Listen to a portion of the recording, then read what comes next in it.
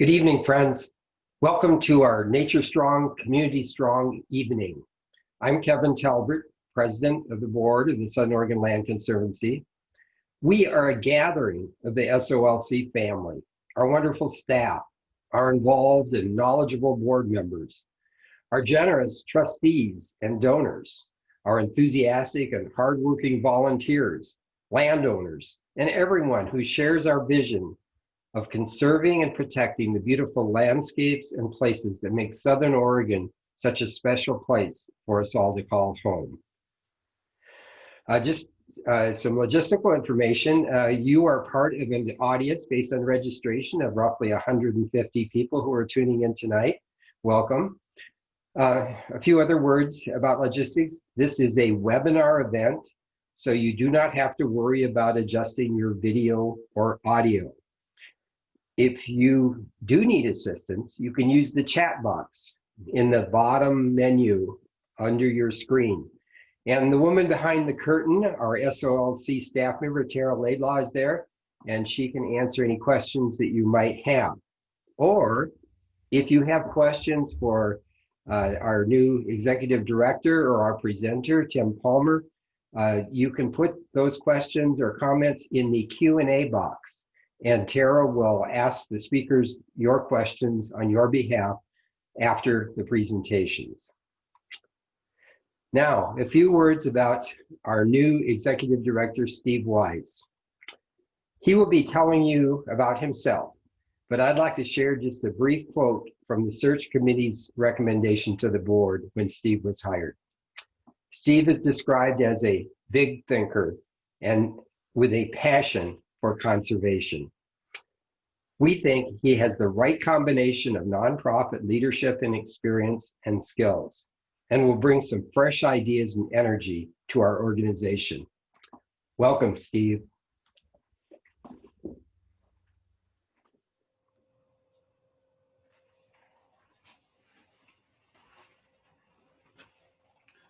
Well, thank you, Kevin.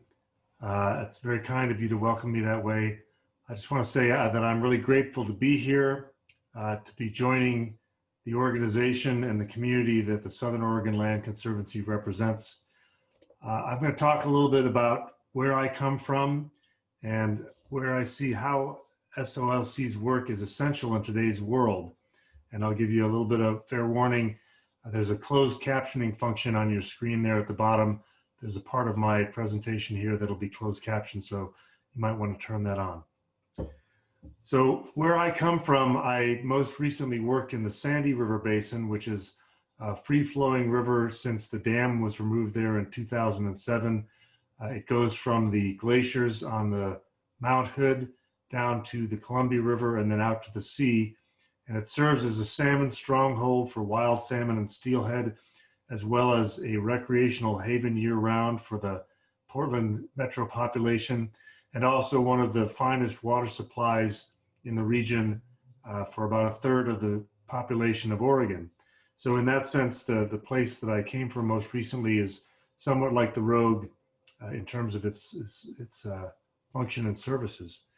I also worked for a long time at Opal Creek, which is one of the great ancient forests and one of the birthplaces of the conservation movement for old growth forests in Oregon, but also sadly was one of the places that was heavily devastated by the recent fires in the Santiam Canyon, beginning with the Beachy Fire. At Opal Creek, we lost most of Jawbone Flats, which was the historic mining town where the Ancient Forest Center ran an education center. There's only one building still standing and a couple of interpretive kiosks. And even more sadly, the founder of that organization and the great conservation leader, George Attia, died in that fire. So we share the sadness of the community and the loss from the recent fires. I'm also a child of the prairie. There was a poet named Carl Sandburg who gave Chicago its nickname as the city of broad shoulders. One of his lesser known poems, he said, "I'm a child of the prairie and tomorrow is another day." So if you've ever lived out in the Midwest, as I did in Illinois, in Michigan, in North Dakota, in Minnesota, it's pretty intense. You have big winds, you have snowstorms, you have floods and fires sometimes, famous fires in Chicago. And yet there's a sense of what's called the school of prairie optimists, that we take all of these intense experiences and get up and dust ourselves off and come back, get together with our families and community and start the next day and get back to work. So that's been really important in my life. Also, I've had experience with both sides of fire. In the personal loss, my family experienced a house fire that sent my family out of the home for about a year. We were graciously hosted by a friend in the neighborhood. And at the same time, the woods across the street from where I grew up is now a community park that's managed with prescribed fire. So in the time since I grew up, the small village out the suburb where I grew up outside Chicago has recognized the important role of prescribed fire in ecological management. It's necessary to keep the prairie and the oak ecosystem alive there. So that's what they do. And we recognize the importance and the value of fire as well as its impact personally. For me, the Rogue and Klamath-Siskiyou are new territory. I've barely scratched the surface by camping and hiking a little bit. I camped out in the lookout tower in the Kalmiopsis wilderness many years ago and along the Illinois River at the time, thinking, wow, here's my home state's name on a river. It's a little bit ironic to find that in Oregon, but now I find it as part of my home. It's really exciting. So I'm really excited to explore and learn more about this region, to go out and paddle and hike and ski and camp and experience the wonders of this region with you. So going to the theme of our event tonight, I really appreciate the folks who decided we should be talking about being nature strong and community strong. Native leader, Umatilla, by the name of Jeremy Five Crows, taught me the idea that when we live in these places, we breathe the air, we walk the forests, we drink the water, we become of this land. The land becomes part of us and we are part of it. So it's important to think about that relationship that we have. And even in the face of these tragedies, the fires, the pandemic, the economic collapse we've been through this year and recovery and the social unrest, it makes us feel vulnerable, it makes us feel unstable. But here again, nature is part of the cure for what ails us. We return to nature for encouragement, for that comfortable feeling that it brings to us. And at the same time, all of these things that have happened in this very challenging year make us recognize our vulnerability, that any of us can be displaced at any moment, that any of us could become refugees suddenly. Yet again, nature is the refuge. Nature is the place we return to for solace, for inspiration, for spiritual nurturing. So it also makes me think about the importance of centering our work around justice and equity and diversity and inclusion. Here on the ancestral lands of many native tribes, we recognize that the people have been here since time immemorial, and that part of our work is to listen and learn and work together with native peoples to reestablish the cultural connections that have been disturbed and broken over time. At the same time, the events of this year has shown us that Black lives matter, that Black, Indigenous, and people of color communities, that the refugees and the most vulnerable populations have really borne the brunt of all of these difficulties this year, disproportionately to their slice of the population. And if we look at the people who live here in the Rogue region, we find that about 4 out of 10 people don't own their homes. They're not landowners. Something like 1 in 10 people are living with disabilities, and another 1 in 10 or more are veterans. So we've got significant proportions of our communities that are vulnerable, that have not had equal access to the land and the benefits of healthy nature. So the challenge for us is to figure out how to make our work relevant and available and benefiting to everybody. How do we serve everyone in the community, not only the landowners, not only the people who have had access or have been accustomed to living with and preserving nature over time. This is a good time, if you haven't already, to turn on your closed captioning function. Porque a nuestros vecinos de las culturas latinas y que hablan o prefieren hablar español, quiero decirles bienvenidos y expresar nuestras gracias a asistir en este evento ahora en el mes de la herencia hispana y para participar en nuestros esfuerzos de la conservación de la naturaleza y así a la comunidad. Reconocemos que todos tienen derecho y deseo profundo de compartir igualmente en los beneficios y al acceso a las tierras, los ríos, las fincas y bosques que apoyan paisajes intactos. También a la salud esencial que encontremos en estos lugares más preciosos de la región. Claro que la comunidad, aunque ecológica o de la sociedad, empieza con y vive en el común. That is to say in English, community, whether ecological or human, begins in what we share in common, including our shared commitment to healthy landscapes, and that's nature strong, as well as inclusive, supportive social networks, that's community strong. I realize that loss and grief that we're all facing in the face of these tragic fires, these are collective experience. But as much as that loss and grief is a shared experience, so too is the recovery and the rebirth and the renewal that follows these kinds of tragedies. I went to the store to get some candy corn for my daughters the other day, and the woman at the store said, you know, candy corn is so polarizing. Some people really can't stand it. And I thought, well, there's so many things that people consider polarizing in these times. We've really got to hone in on the things that bring us together. And here again, we find that the protection of living landscapes that sustain us for generations to come, these are the things that bring us together. These are the things that give us sustenance over the long term. So I want to add my commitment and my energy to SOLC's work for nature, for community, and our future resilience, health, and vitality.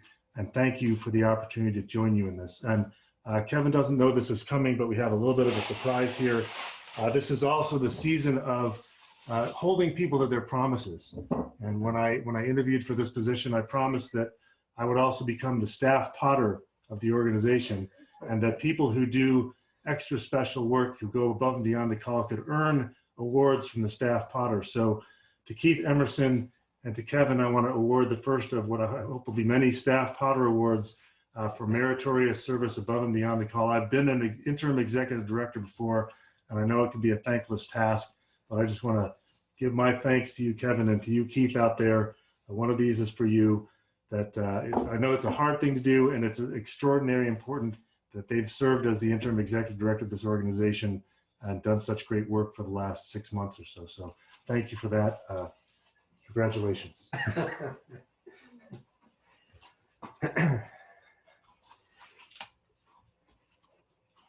Wow. Hey, thank you. Thank you, Steve. I'm sure that this could hold brews of different kinds. We have a lot of Southern Oregon grapes and brews to choose from. Oh, and coffee too, perhaps, or tea. But hey, thank you so much. Thank you. And we're glad to have a potter on board. So Steve, thanks for your remarks. I think that, you know, we're all confident you're hitting the ground running. And I want to say, we are all glad you're here, but as he mentioned, Keith Emerson and I, who've been standing in as interim executive directors, are especially glad that Steve is here, and we are confident that we're handing off the organization to good hands. Well, tonight, as Steve said, we are nature strong as we help to protect the forests, prairies, working and resource lands that are home to the people, plants, and animals that inhabit our natural world. We're strong in our partnerships with other conservation organizations. And we are strong in our passion to pass on a sustainable landscape to those who come after us. And yet, as we gather to share a few episodes of the SOLC story and get to meet our new executive director and hear about the Rogue River watershed from our special guest, Tim Palmer, we want to acknowledge the reality of the times we live in, the age of COVID, and for Southern Oregon, the worst fire disaster of our era. And this is where we are community strong. So many of our SOLC family are involved in helping those in our community who have lost so much. Some have opened their homes. Many have donated generously of money, food, clothing, and other essentials to those in need. People have worked in shelters, helped take care of displaced persons and animals, and they've inspired us all. This is why we will rebuild our communities and emerge community stronger than ever. And now I'd like to introduce our Development Director, Kelly Gonzalez, for a few words. Welcome, Kelly.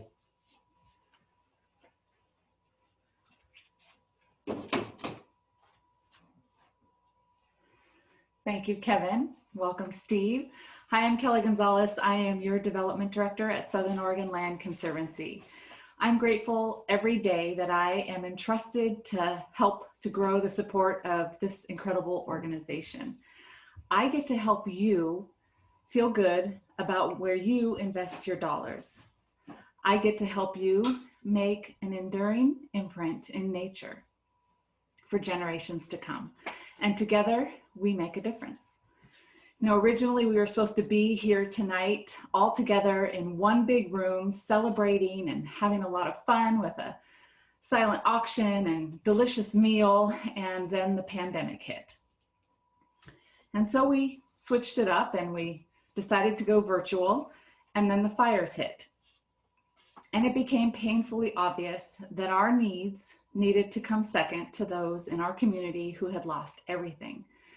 So we made the decision to forego our fundraising event this year, the Conservation Celebration, but we will be back with it in the spring of 2021, so stay tuned for that date to come. After all we've been through in this year, we felt a deep desire to get together with you, our conservation community that we love so much in some way, shape, or form. And so here we are tonight with an evening full of hope and promise and the spirit of resiliency. Thank you to this evening's sponsors who have made it possible: Full Circle Real Estate, Sunday Afternoons, and Realtor Scott Lewis of John L. Scott. Thank you also to the wonderful restaurants who provided delicious to-go dinners for you tonight. Hopefully you took advantage of those. We had Lark's in Ashland, the Rogue Grape in Medford, and the Vine in Grants Pass. Thank you to those restaurants. And while we are not fundraising tonight, we still have work to do and it still needs to be funded. So you're not off the hook yet. We understand this year has been financially trying for many, many people. And we are also very grateful for those of you who have been able to step up and fill in the gaps. Our year-end campaign kicks off in November, and we have a lofty goal of $85,000 that we hope you are going to help us to raise so that we can confidently launch into 2021. We have some exciting projects on the horizon, and your loyal commitment helps us and helps to fuel the passion for the work that we do. Thank you for all of your support, and thank you for being here with us tonight.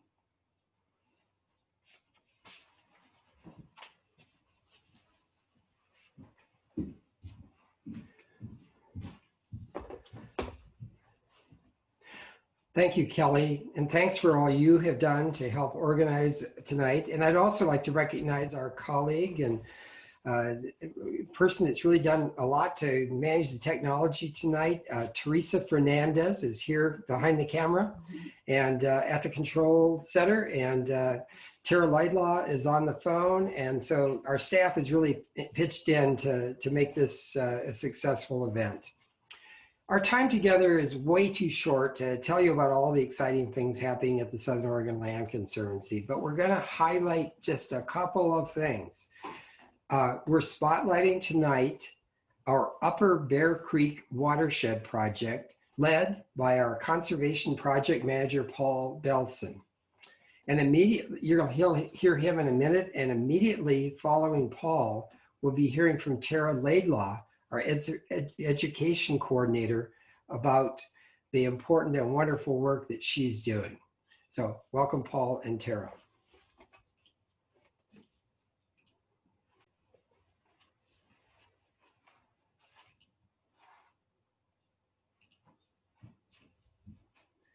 The Upper Bear Creek watershed is a key watershed in Southern Oregon and an SOLC focus area. It is a priority area for conservation for Southern Oregon Land Conservancy, and we are conducting a project to seek out the best conservation opportunities. Bear Creek itself is a tributary to the Rogue River, an important area for native fish conservation. Key habitats in the area are the pine oak woodlands, native grasslands, mixed conifer forests, and it is also a highly scenic area. The conservation area is also a wildlife corridor that is an important link between the Cascade Mountains, the Siskiyou Mountains, and the Klamath Mountains. The Upper Bear Creek watershed also contains the highest population centers in Southern Oregon, so there's a lot of pressure on the watershed. There is also a lot of interest among the community in seeing conservation happen and maintaining the integrity of the watershed area. The goals of the project are to compile the latest data, talk to conservation partners about priority areas, and to reach out to interested landowners for conservation projects. We are really excited about this project because there is a lot of diversity in the watershed area. There's a lot of intact habitats, and there's a lot of interest for doing conservation in the area. So we're excited to move ahead.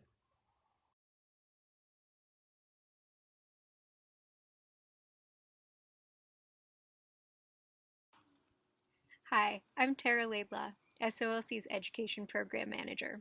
I am so excited to be using our education programs as an avenue for connecting and building relationships with other organizations in our region. This area has a really high concentration of dynamic, knowledgeable, and skilled educators, all of whom bring their own expertise and style to teaching about environmental literacy and stewardship. By connecting and collaborating with them, we can all share resources, leverage existing relationships, and avoid duplicating efforts, which means bigger reach in the community and bigger impact on our program participants. This collaboration also means that environmental education as a field has a more visible and accessible presence in the community than any one provider or organization could do alone. One example of this collaborative approach is the Outside Everyday initiative, which I spearheaded with representatives from 2 other organizations. We rallied more than 20 regional providers to make and share short videos that encourage kids and families to get outside and explore and learn from the natural world. Over the course of 4 months, partners contributed about 75 videos, all of which are available for free online. Now, thanks to funding from one of those partners, 30 of those videos are also getting translated into Spanish. Had I been working on my own, there's no way I could have offered the same diversity of topics and locations and knowledge that made their way into the videos, and I certainly wouldn't have had the same kind of reach or impact as I did working in collaboration, with all of the partners sharing each other's videos, talking up the initiative, and generating excitement in the community. Even as the Outside Everyday video initiative winds down, the network is still going strong. We're connecting directly with administrators at schools, both at the district and regional levels, to find out how to best support classroom teachers during this very strange school year. We're also seeking out new opportunities to engage the greater community in activities and programs that help them connect with their local beautiful landscapes. I am so excited to see how the Conservancy's presence in the community continues to grow and evolve as we deepen these relationships with other education providers in our region.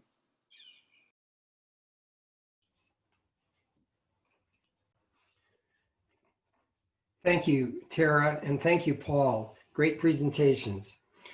Well, our keynote presenter tonight is Tim Palmer. But just a reminder that that Q&A button on the bottom part of your screen is where you can type in any questions or comments you have for our presenter or for Steve Wise for that matter.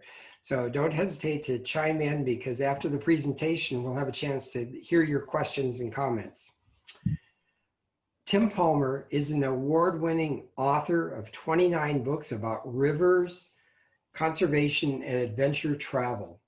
He's been featured in the recent film Protected, about the National Wild and Scenic Rivers Act, and on multiple episodes of OPDS's Oregon Field Guide. Tim is here to share a special program about the Rogue River watershed. Welcome, Tim. Thank you for joining us. Thank you, Kevin. It's really great to be here. And thank you to the whole wonderful staff there at the Southern Oregon Land Conservancy. I'm thrilled to be speaking with you tonight. I wish I was really there with you, as I'm sure you all wish you were too, but we'll just deal and appreciate what we've got here tonight. I'd like to start just by recognizing the hardship that so many people have gone through in our area with the fires. And it's probably a little difficult for folks there to think about anything else at this point. And yet, what I'd like to do is talk about the Rogue River, which is this amazing natural feature that runs the entire way through our region with enduring values. And it's just a place that bonds us together in so many ways. And it connects the landscapes that an organization like yours focuses on protecting and saving and stewarding well. So let me take you on a tour here. I'd like to take you down the river with me, and not just down the river, but through this entire watershed from top to bottom. It's going to be a real quick tour. It's a lot of pictures, and but we'll move quickly, and I'm just really eager to share all of this with you. So we will start with headwaters, and we're going to work our way through the middle river, the Rogue Valley, and on into the lower canyons and the whole way out to the ocean. You know, the watershed starts at the high peaks of the Cascades. Here's Mount McLaughlin. I often think of it as the mountain over Klamath Lake, but it's that mountain we see on the eastern horizon. And the west slope of that flows down through tributaries into the Rogue River. The source that is even more famous, I guess you would say, and more noted is Crater Lake. It's Oregon's only national park. This amazing feature 6 miles across the caldera of Mount Mazama. And it's the bluest lake in America. And a trail goes the whole way around it. And when I look down at the lake from that trail to the surface of Crater Lake, I realize that there's no surface outlet. All of that water drains through underground conduits in the volcanic landscape. And I tend to think of it as a funnel, and we're looking at the top of that funnel. I picture it tapering down underground, and where those underground passages end up is the source of the Rogue River. Of course, there are many springs, but Boundary Springs to the north of the park is one of the major ones. Here's my wife, Anne, taking a drink out of that very uppermost source of the Rogue when we first visited that site in 1993. It was an incredibly green landscape there, moss covered. I went back in 2012 or 2015, and nearly the entire area had burned. So it was a very different scene. And yet what remained was the source of the Rogue, that beautiful clear water, the green moss. The fire had not touched the direct corridor of the river itself, but up above it was pretty well charred for many miles. One of the big changes that is occurring in our landscape today. Here's this amazing pumice canyon, 600 feet deep, carved through this rock that's lighter than water. Many of you know when you take a chunk of pumice and throw it onto a pond or into a stream, that floats. And that's what all of this soil and rock is up there at the very headwaters of the Rogue. But it soon tapers down, begins to cut into the harder volcanic rocks, the basalts. So the upper river narrows, it begins its drop over many waterfalls through this magnificent old growth forest, through amazing geologic features. The canyon narrows, the stream gets bigger. There's an amazing trail 55 miles long along that upper Rogue. In my opinion, it's the finest riverfront trail in Oregon, and I've hiked all of them for the various books I've done, including my field guide to Oregon rivers. You don't really see the river from the highway here where we are there on the road along the stream here. But from the river, from the trail you do, it's a remarkable view. And for me, it's just the greatest place to see a Cascade Mountain River in the wintertime, because there are not very few rivers that really go that high in the mountains. The level of snowfall is often quite high up the slope, but yet the Rogue is sizable at its higher elevations. And it's easy to get there because the road out of Medford climbs very gradually up the Rogue River's course. And so even in a big snowstorm like this, you can drive there without much difficulty and have these amazing walks along this wintertime wonderland along the Rogue. I mentioned amazing geologic features. Here's Natural Bridge, where the Rogue is one of the largest rivers in the West that totally disappears underground through lava tubes and then bursts out again 200 feet further as this mature river. It's just the biggest spring that any of us are ever likely to see.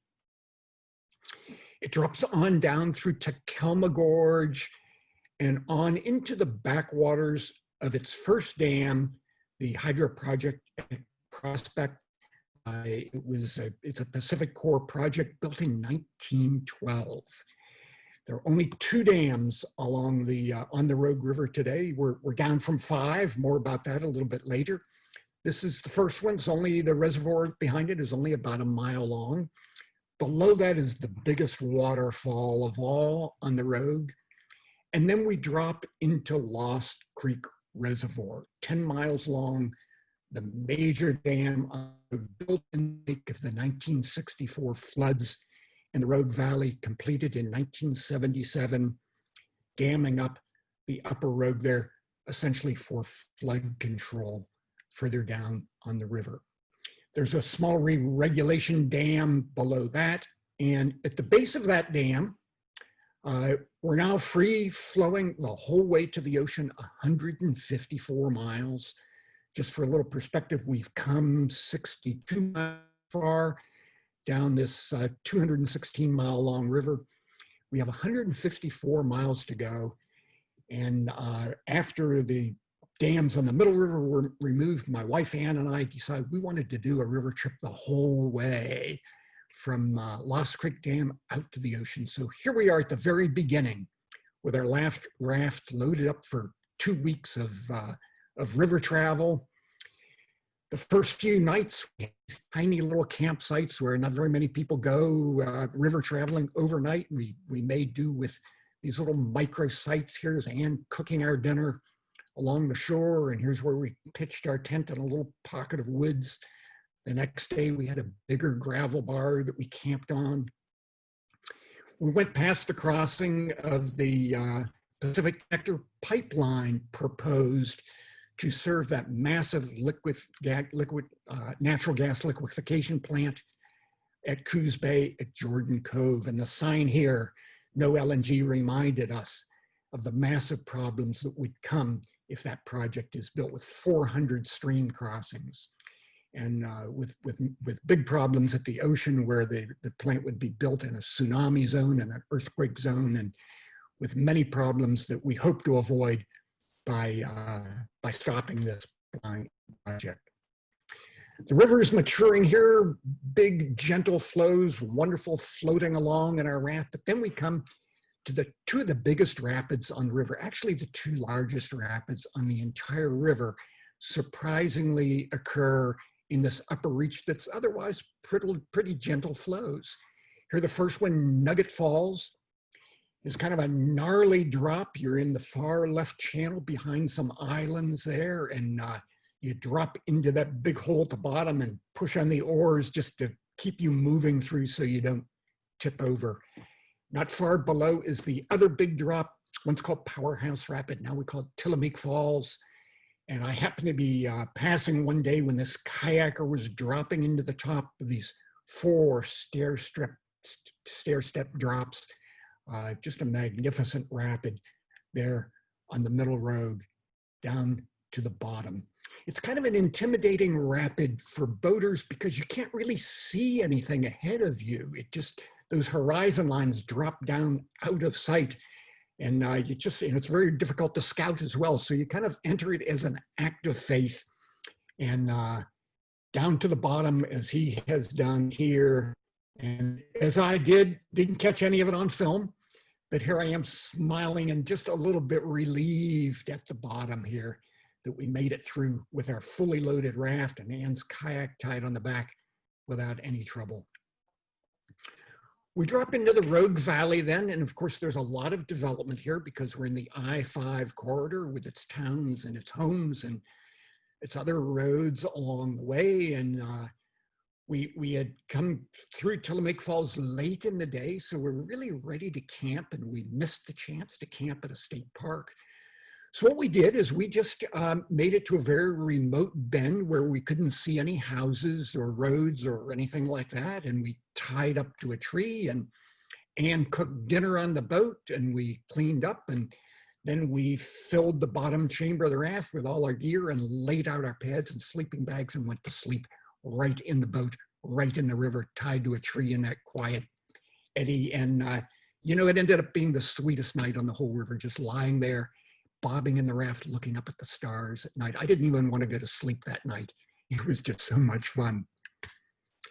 Here's a problem of the Middle River because of so much watershed disturbance, land development, urbanization, agriculture, clear-cut logging. The water heats up way more than it used to, way more than it should, leading to these massive outbreaks of green algae. A lot of entities are trying to work on this problem to get the water cooled back down again the way it would naturally be, doing that by planting trees along the riverbank. One of the great restoration efforts that's happening there along the road. Another one of the great success stories here is dam removal. There were 3 old, obsolete bucket of bolts dams that were just safety hazards.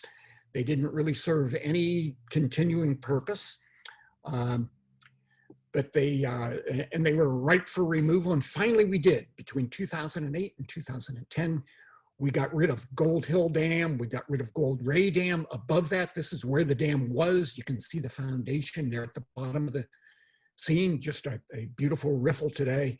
And the biggest one, 39 feet tall, Savage Rapids Dam, just above Grants Pass, blocking the flow, inhibiting most of the salmon. You can see a fish ladder in the foreground, but most of the salmon and steelhead could not get by that. So it's this major blockade to our anadromous fish runs. A 2-decade-long effort finally led to its removal so that this scene got transformed to this scene in a matter of just a few months. And today you can float right through where that big dam used to be. And of course, let me just go back. Because of that now, salmon and steelhead do have free passage.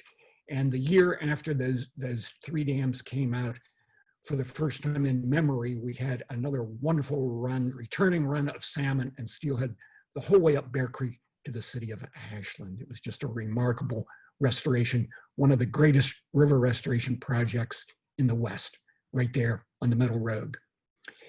There's a 4th site that was essentially removed. This is Elk Creek Dam. I mentioned Lost Creek Dam, built for flood control. The original plan for the 1964 flood was to build 3 giant dams and reservoirs. Army Corps of Engineer projects. Lost Creek got built. A dam on the Applegate got built. The 3rd dam was Elk Creek, a tributary to the Rogue. That dam was 1/3 completed, which is what you see here, until enough attention was brought to the problems of that and the lack of benefits. Oregon Wild filed suit to stop construction. The state of Oregon ended up joining that suit. And the long story short is even the Army Corps of Engineers ended up agreeing that that dam was not worth the cost, and construction was stopped and a notch was cut in the dam so salmon could once again get up Elk Creek. Here at the other end of the scale, a dam on Evans Creek was removed so that that small salmon stream could again become open for fish passage. And here's the result, these giant Chinook salmon, again moving freely up and down the Rogue River the way they had for thousands and thousands of years. Below Grants Pass, the I-5 leaves the river corridor, and so once again, things get wilder. And we've left the towns behind, we've left most of the roads behind, most of the development. And again, we have these beautiful gravel bars where on our long trip, Ann and I were able to camp in these gorgeous sites. We're now starting our passage through the coast range of mountains. The river, of course, begins in the Cascades, flows out of them, transects the entire coastal mountain range. The road is actually the most spectacular canyon passage through the coastal mountains in its 1,000-mile length through the states of Washington, Oregon, and California. And here we begin that route through the coastal mountains at Hellgate Canyon and on into the Wild Road, Low Creek, where all of the roads leave us behind now. We're now in this legendary section of Wild River in the west, 33 miles of roadless wild canyons down to Foster Bar, one of the most sought after river trips in America. And here the beauty there as it goes rapid after rapid as we float down in that magical passage through the coastal mountains toward the ocean, a place that's been just a notorious wild river of the West ever since the days of Zane Grey, who wrote about the Rogue River and lived along it for a time. You can boat through that distance. You can also hike because there's a spectacular trail for 40 miles that goes along the cliff edges and along the floodplains and up through the gaps in the mountains, the whole way through the same passage. Here we are at the largest dam on the, or the largest rapid on the, this wild section of the road, Rainy Falls. It's an amazing place to see salmon jumping in the fall. If you go there in usually early October of year, you can see wonderful Chinook salmon like this in their incredible journey upriver. They actually jump repeatedly into the falls here until they get traction and purchase in the water and make it up over that falls so they can continue their spawning journey. What we do when we're going downriver is most of us take what's called the fish ladder. It's a tiny channel on the far right of the river that was actually in the old days of river running was blasted out with dynamite to make it more runnable. And it's still very rocky and very narrow. You just ship the oars and kind of bump your way through. There is another passage on the middle section of the river, but it's very cryptic. It's difficult to find your way in, as you see with all the rocks here at the top of it. But if you can fish your way through that, you end up in this 4-plunge slot. And there are two things that can really go wrong here. One is that you simply pull your oars in, as this guide has done, which is a big mistake because the ends of your oars are going to hit the rocks on the side and in many cases break an oar or break an oar lock. The other thing you can do is ship the oars alongside your boat so that they parallel your tubes. That is even adequate here because the drops are so discombobulating that the oars fly loose and can actually become projectiles in the boat and can hit you. So the thing to do is take the oars totally out and hold them as you bounce down through this ridiculous drop, and finally coming out at the bottom there. The Wild Rogue is famous for its beautiful campsites. We have wonderful sandy beaches like this, great fishing. Here my friend Don Elder fly fishing for steelhead there. Rapids, dozens of them, like what we see here at Lower Black Bar Falls. Then we drop through the amazing passage here where the road narrows down in some places just to the width, just to the length of a raft. So this amazing canyon, and just below that, the big consequential rapid of the lower river, Blossom Bar, which is clogged with rocks as you see here. This kayaker is taking the narrow, safe route through there. The real danger here is that you would hit that rock that's just to his left as this inflatable kayaker has done. She hit the rock, she pinned against it. She fortunately got out on the rock, her boat got stuck. It eventually floated free and she ended up jumping in and swimming out to the bottom of the rapid. Below that, we have more wonderful, beautiful water of the road, and we enter the realm of the black bear. The lower river has lots of black bears because it's such great habitat for them. We love sharing the river with them. Here's a young black bear we saw on our trip. We were actually kind of chasing it away from our campsite there. And one of the methods of dealing with them is to have these electric fences that the Bureau of Land Management puts up, and at night you put your food inside that fence where the bears cannot get to it. We need to do a better job at managing for our fellow inhabitants there in the river, the black bears. We need to have boaters taking better care of their food so they're not prone to black bear damage, and just be more aware of keeping our food safe from them.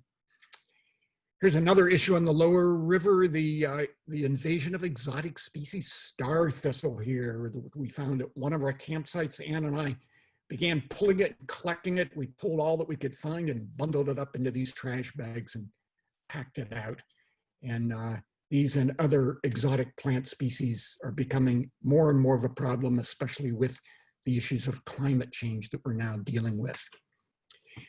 Here's one of our trash pickups with the Bureau of Land Management. We came to this giant earth-moving tractor tire that had been there for years. And so we all teamed up together and rolled it out of the beach and onto my buddy Bill Sedevy's raft. And believe it or not, Bill rode that tire out the rest of the trip, where he ended up disposing of it in a recycling facility.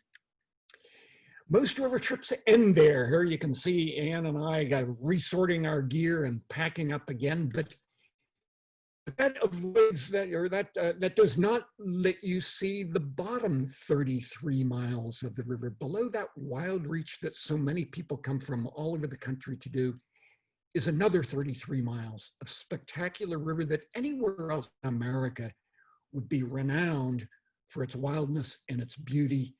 But here it's kind of in the shadow of the wild road, but yet I love to canoe this lower reach. Here drift boaters are floating through it, fishing for salmon early in the morning. There's still some very nice rapids with big breaking waves like this, but mostly gentle water where you can put in at Foster Bar with a couple of rapids, or below that with even fewer.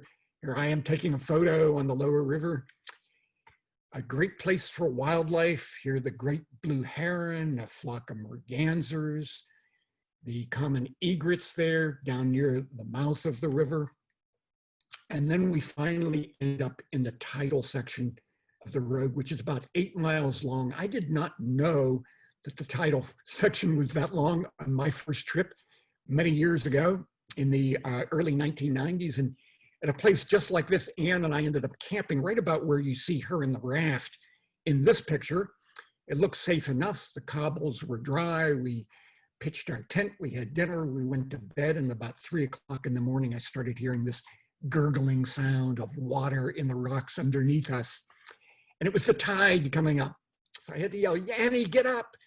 And we quickly pulled the tent and dragged it up the slope to where you see our kayak camp on this trip, and pulled the boat up higher. This time we knew what was coming, and so you can see where we had stopped the raft. We tied it and then camped back toward the willows. Then we come to the end of the river here, the last tidal mile down to Highway 101 and under the bridge, and kayak, me rowing the raft with all our gear. Here's our pal up on top of the bridge, and he's waving us on. He'd driven the shuttle for us. We came out below 101 where we could see the big ocean breakers up ahead, and ultimately we could walk right out to the edge of the Pacific there at the mouth of the river. So that's kind of our trip down the river, but I want to return just for a minute to the headwaters. and really talk just about this concept of watershed. The watershed, of course, is all the land that drains into the river. And an organization like yours, like the Southern Oregon Land Conservancy, recognizes the importance not only of the river, but the importance of all the land that drains into that stream. All of it, the health of all of it, is essential to the health of that river and to all of us who live there, from the highest peaks down through the mountain slopes on into the river valley and to the ocean. And likewise, all of the tributaries are important. They all contribute to flow that creates the great beauty and value that we have in the Rogue River itself. Here, Tate Creek on the lower river and Bear Creek on the upper stream.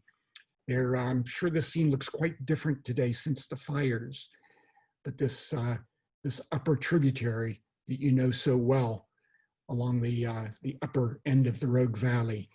Here's the middle fork of the Rogue River, and the south has come tumbling down out of the Cascades. Butte Creek, with its water quality problems that groups like Rogue River Keeper and others are working on solving.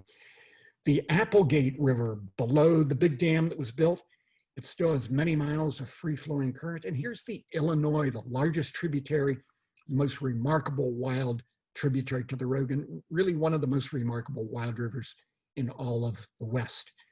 Here it's Upper Reach before it flows down into its Wilderness Canyon there that then runs on down to the Rogue. This is Rough and Ready Creek, a tributary to the Illinois, which is very important to us because there are mining threats proposed now at the headwaters of it and some other tributaries to the Illinois, threats that, that could make a great deal of difference in the future, and areas that are really top priority for protecting from those threats of the future. Another way to look at the all of the diversity here in this basin is through its plant life, because the Rogue Basin is at a great meeting grounds between the Cascade Mountains and the Coast Ranges, a meeting ground from north to south and from high elevation to low elevation. Here are the mountain hemlocks, and here the largest Douglas fir in Oregon is along a tributary to the Illinois River. Here we have knob cone pines, which come in only after the fires. And so of course we're seeing a lot of those today. Here's this amazingly beautiful azalea in the fall, and the maidenhair ferns and the trilliums, all of these plants indicating just a sampling of the incredible diversity of plant life because of this, the incredible differences we have throughout our watershed. Here, Darlingtonia, one of the incredible plants of our wetland areas, which are among the most important land areas to protect. So get together with others, learn what you can about this river. Go out and see this place, go on field trips that the Land Conservancy offers or that other groups offer, so that you can become more acquainted with the incredible beauty and values of this place and know more about its important. Convey that to all to band together to protect this place, to provide the stewardship and care that it deserves. Here's one example of that. Join in efforts to protect areas that are threatened today. This is a group that we organized at a hearing regarding mining proposals on the lower river. Unanimous support, 250 people saying, yes, we need to protect this river and not see it degraded by mining proposals in the future. So enjoy this place, learn about it, adopt it as your own. If we don't do that, nobody will. Think about its values and its incredible worth to us, everything that it has to offer from headwaters out to sea. And if we all do that and launch a new age of better stewardship and better care, we're going to have the great values of this place throughout the future for all of us to share and for all the generations to come. Thank you so much for joining me tonight. It's been a great pleasure to be with you.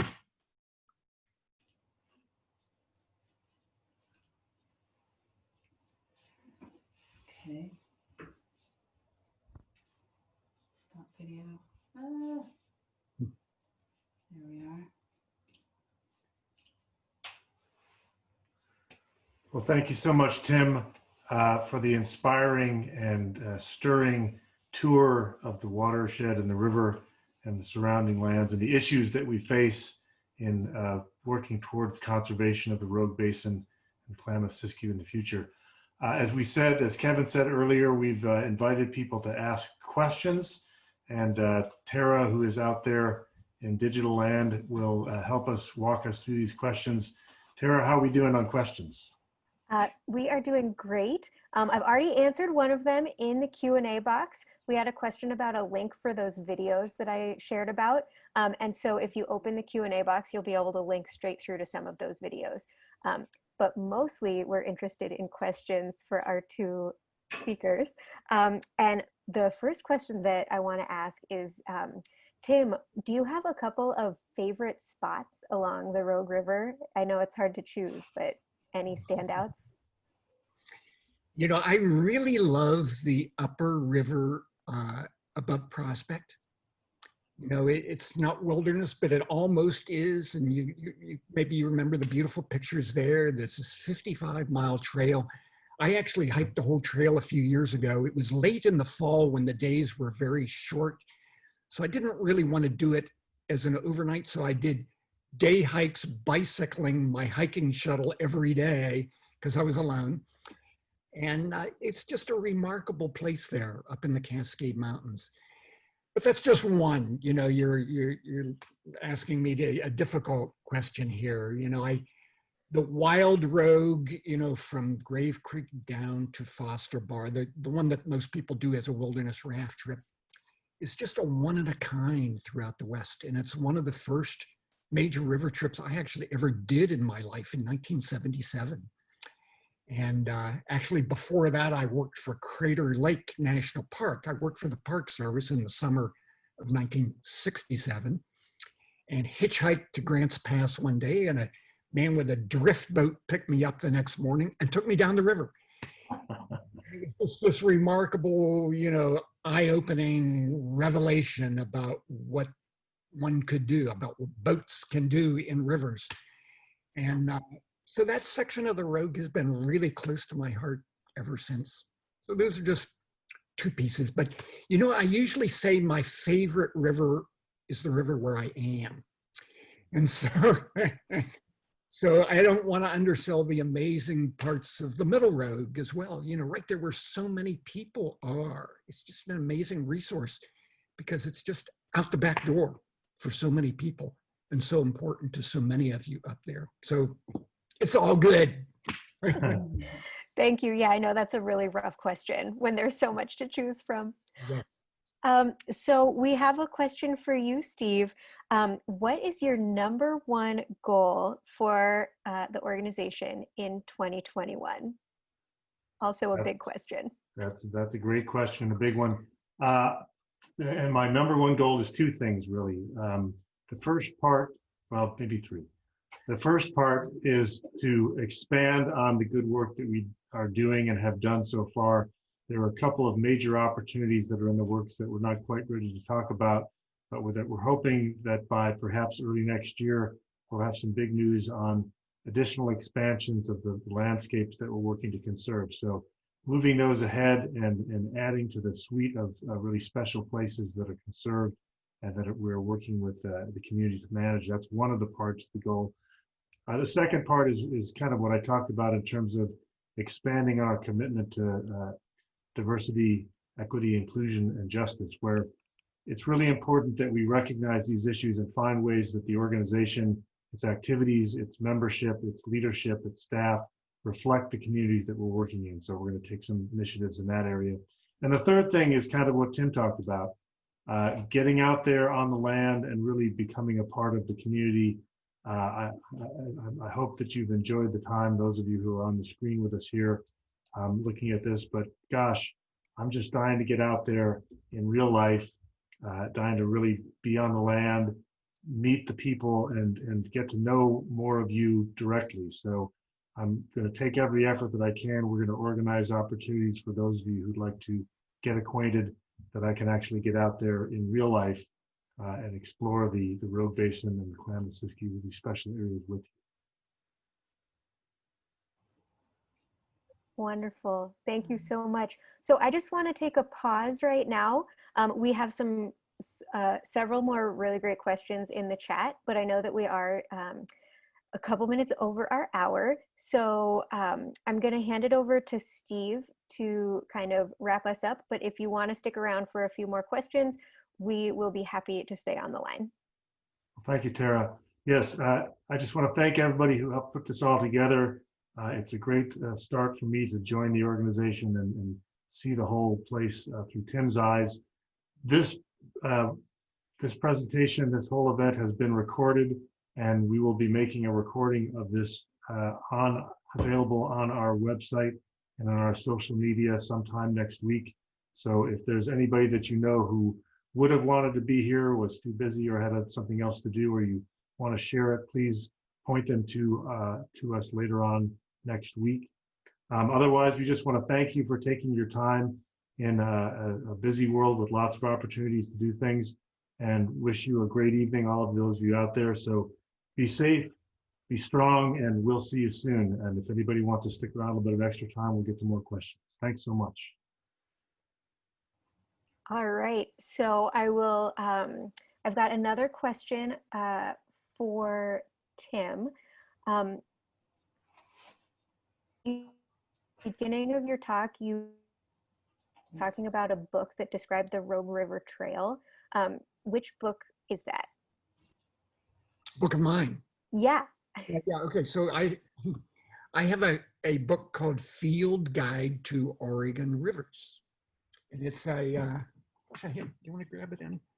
You had it right here. It's an Oregon State University Press guidebook to the whole state, really. But here we go. There, is that showing? There is. Yes. It's a sweet little book, but it covers the whole state, but it covers the Rogue a lot because, of course, the Rogue is such a major river for the state. It's so important and so beautiful and so conducive to us being out there. And the trail, of course, is each river includes a section on hiking and boating and fishing. Fantastic. Where they Thank you. And we have a question that someone would love to hike along the Illinois, and what is a good section for 2 or 3 days? Might that answer be in that book? Yeah. Same thing. Get the book. All right. That's just a joke, really. The Illinois, it's a little difficult because it has burned too. And there is a trail on the lower river if you go drive the whole way down like the Gold Beach and then up the Rogue River to the Illinois, and then up the Illinois a few miles, you come to a place called Oak Flat. And there's a trail from there that goes upriver, but it doesn't really follow the river very closely. So unlike the Rogue River Trail, which does that for 40 glorious miles, the Illinois is tough. It's really wild, and it's harder to get to it. So, if you want a cruiser and a backpack trip that's riverfront much of the way, the lower Rogue Trail or the upper Rogue Trail are just fabulous. Great. Thank you. And speaking of your books, what's your next book? What are you working on these days? Oh, so the next book is really, to me, exciting. It's called Seek Higher Ground. Think for a minute about our fires and the rage of climate change making them so much worse. The heat, the wind, the drought, all of that making fires so much worse today. Same thing with floods. Because of climate change, floods are going to be worse, way worse. And yet most people don't.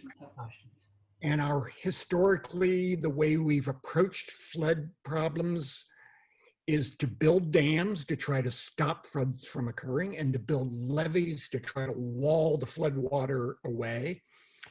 And we've definitely found that both those approaches have limits, very severe limits. We spend billions of dollars and flood damages only continue to rise. What we need is a new age where we instead focus on protecting open space along floodplains so they don't get developed. Land conservancies are a key player in all of that. And we also need to launch an orderly retreat from floodplains. That doesn't mean everybody moves off because whole cities are there, but we need to begin moving back because the floods are only going to get worse. And it's a hopeless effort to try to dam our way and levee our way out of this problem anymore. So I'm writing a book about all of that. Thank you. And Steve, would you like to chime in on that question as well? Well, yeah, thank you for bringing that up, Tim. That's something that I have worked on in the past, and it's true that particularly in terms of future floods and the influence of climate, it's true that the data show that the likelihood is that floods can be more frequent, more severe, and more intense, and that, as Tim said, the historic strategies for trying to contain rivers actually can cause more damage and do a lot more harm than good.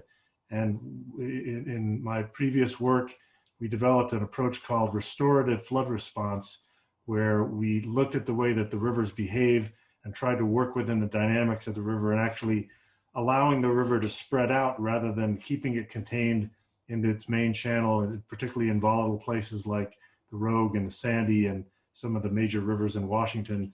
It's much healthier for the river and actually ends up being much healthier for the communities around them. You find that you hear these stories about repeated damage from floods and people's homes being flooded out more than once. It's because we've moved into the floodplains too close to these areas where the rivers may be wanting to migrate and where in fact natural river function would allow the river to occupy space occupied now by people. The other thing is that as an adaptation strategy for climate change, reconnecting the riverbanks and reconnecting those floodplains is really essential and is one of the best approaches to cooling the water and keeping steady flows, so that allowing that water to spread out, allowing what's called the interstitial flow of the floodplain regions to connect back with main channels. That's what keeps the waters cooler, flowing more steadily, and the rivers more healthy in the long run. So I appreciate Tim bringing that up as well. Steve, let's team up. For sure. And Absolutely. this connects to another question that we've got in here. Have the recent fires changed any of the organization's priorities for the lands that we manage? And I think that connects in this idea of resilient landscapes. And now that we're seeing the effects of climate change in real time, how are we adapting our strategies organizationally? That's a great question, and we're in a very early phase of trying to answer it for ourselves. The best news that we have is that our staff and others in our partner organizations have recognized that those areas in the fire zones that have been restored prior to the fires actually didn't get hit quite as hard, that by clearing out some of the invasive blackberries along the riparian zones, that left the forest standing in more intact condition, so that it's encouraging us to say that some of the restoration approaches that we've been pursuing already may in fact be fire resiliency strategies as well. The other place where it has impacted directly on the Southern Oregon Land Conservancy's work is that some of the places that we are protecting and have been looking at protecting have been impacted by fires. So we're looking at the condition of the land and trying to evaluate how those fires have affected the land and its function, which again, sort of the good news in the face of tragedy is that this is really a tremendous learning opportunity for us, is to look at how the land responds after the fires, look at how some of these areas change or maintain their natural function in the wake of the fires, and also where we can do effective restoration that will encourage recovery more quickly and make those areas more resilient in the future. So I wouldn't say that we've changed our priorities, but we definitely see the opportunity behind the disaster to focus our work, to look at the value of the lands that we have now and look at the ways that we maintain and restore those lands so that we are ready for the next fire and the next fire and the next fire, because this is definitely not the last one. As Tim said, the likelihood in the future, along with those more intense floods and more frequent floods, in the dry season, it's going to be hotter and it's going to be drier. And that's going to affect the fire frequency and the fire intensity. And that's what we've been seeing. So we have to be realistic. We have to take a sober look at what the conditions of the land are and do what we can to encourage resiliency where it's possible, but be ready for the fires that are sure to come in the future. Thank you. And that actually ties into another question about recovery after impact, negative impact.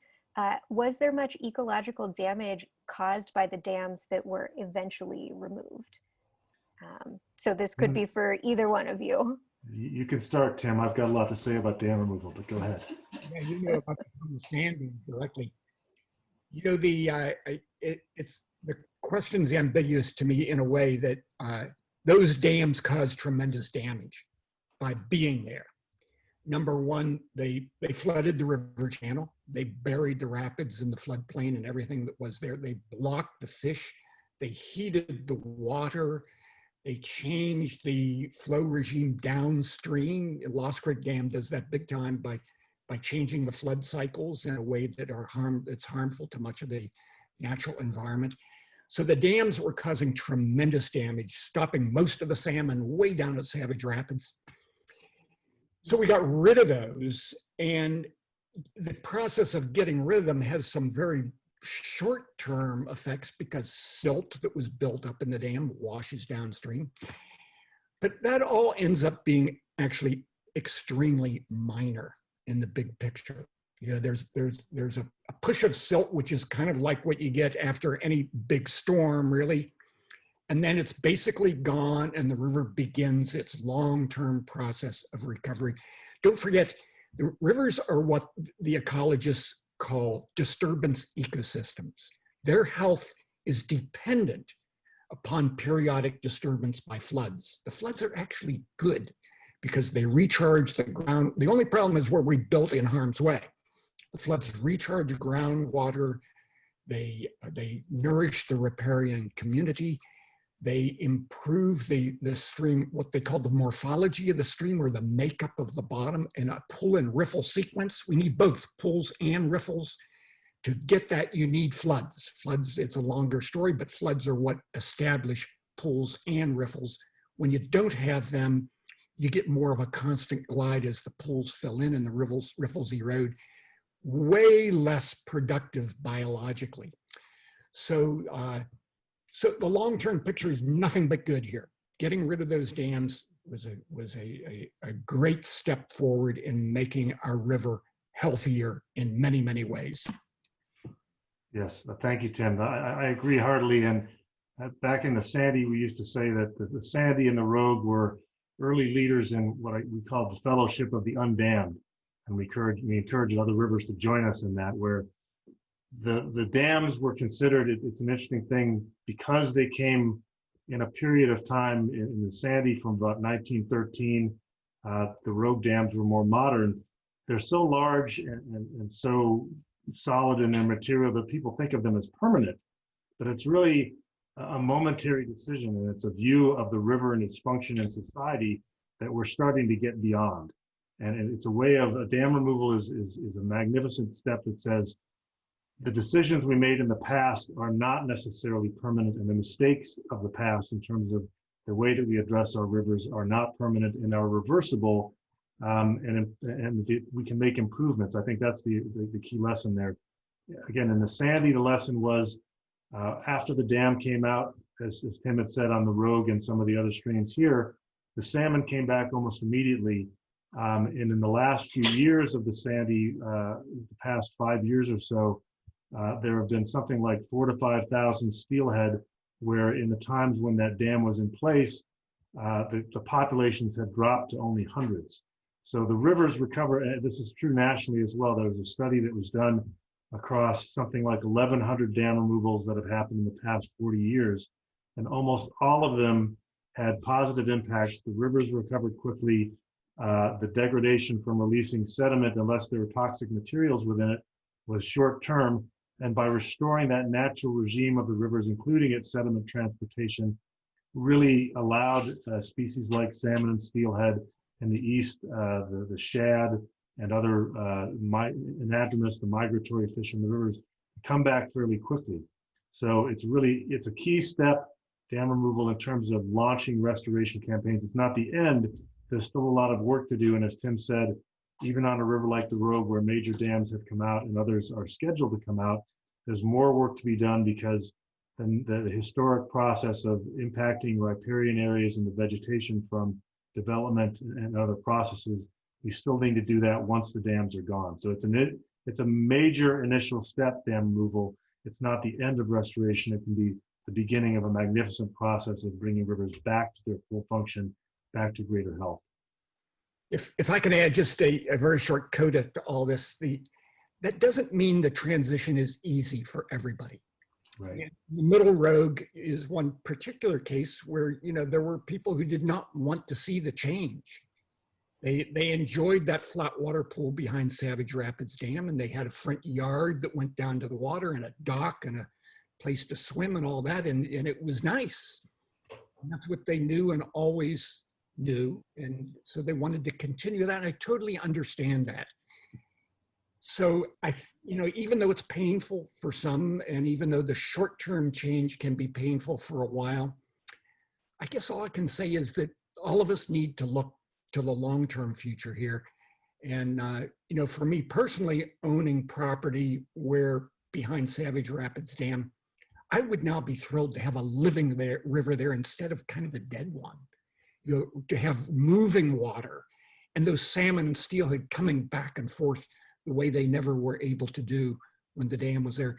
Even though it means my own scene is a little different and the transition was painful, hopefully that future is brighter for everybody. Thank you, Tim. Thank you. And we are going to round this out with one last question for Steve. This is a really tough one. What do you like about pottery? Oh, wow. What do I like about pottery?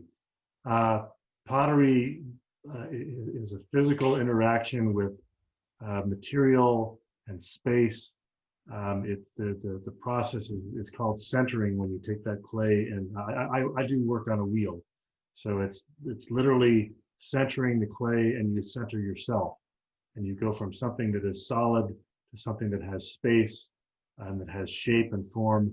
And it's not always clear what's going to happen. And then the cups that I showed, that I awarded to Kevin and Keith tonight, I do what's called wood fire pottery. So we take that, the material, get together with about 8 or 10 people, and you put it inside a kiln, and you start a fire that runs anywhere between 3 days and a week or more. And you have to keep that fire going for a long time to get to enough temperature where the clay material vitrifies or becomes glass. And it's a very intensive experience to get to something like 2,350 degrees Fahrenheit. It's a lot of work, and it takes a group of people collaborating to make that happen. So I also really enjoy that communal experience of working together with other people, bringing together a lot of people's work, fitting it together in the space of a kiln, and then having that mystery. You just don't know what happens. You fire for a few days, you let the kiln cool down for a week, you come at the end of that week or 2 weeks, and then you open up and see what happens. It's a great surprise to see what comes out and what beauty is created by that effort and that collaboration among people and fire and material. So it's a really fascinating process that both of the personal contribution and the collective work that goes into doing it. Steve, you only have to change a few words and you've described river restoration. Yeah, that's why I like them both. Yes. Beautiful. Well, thank you so much. Steve, I'll turn it back over to you to close us out for the evening. All right. Well, again, we just appreciate everybody's joining us tonight. We know you have a lot of choices, even if we're all kind of confined in our home spaces. So thank you for spending time with us. Thank you for supporting the Southern Oregon Land Conservancy. And as I said, I really look forward to meeting as many of you and gathering in person when it's safe to do so. So be safe, be strong, nature strong, community strong, and we will see you as soon as we can.